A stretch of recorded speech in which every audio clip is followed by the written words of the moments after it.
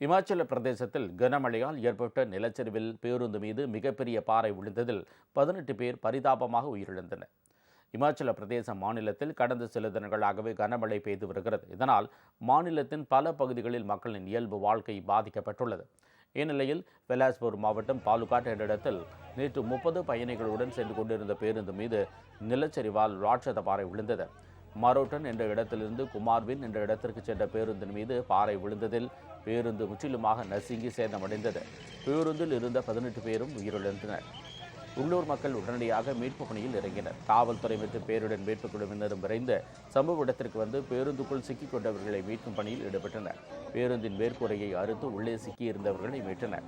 2 குழந்தைகள் உட்பட 6 பேர் பலத்த காயங்களுடன் மீட்கப்பட்டனர். அவர்களின் பலரின் நிலை கவலைக்கிடமாக இருப்பதால் பலி எண்ணிக்கை மேலும் உயரக்கூடும் என்று அதிகாரிகள் தெரிவித்தனர். நிலச்சரிவு குறித்து அறிந்த பிரதமர் மோடி உயிரிழந்தவர்களின் குடும்பங்களுக்கு இரங்கல் தெரிவித்திருக்கிறார்.